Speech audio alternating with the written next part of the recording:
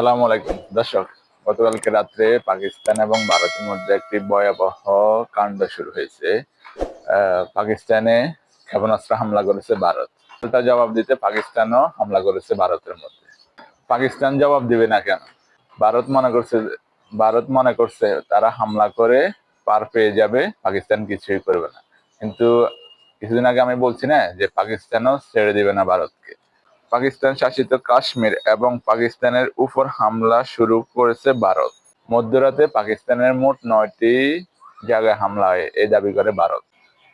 ভারতের সেনাবাহিনী তাদের এক্স হ্যান্ডেলে দাবি করেছে ভারত শাসিত কাশ্মীরে গোলা নিক্ষেপ করেছে পাকিস্তান।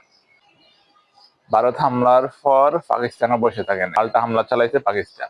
যদি পাকিস্তান এবং ভারতের মধ্যে যুদ্ধ শুরু হয়ে যায় তাহলে প্রভাব শুধু উপমহাদেশে থাকবে না, পুরো এশিয়া মহাদেশে ছড়িয়ে পড়বে।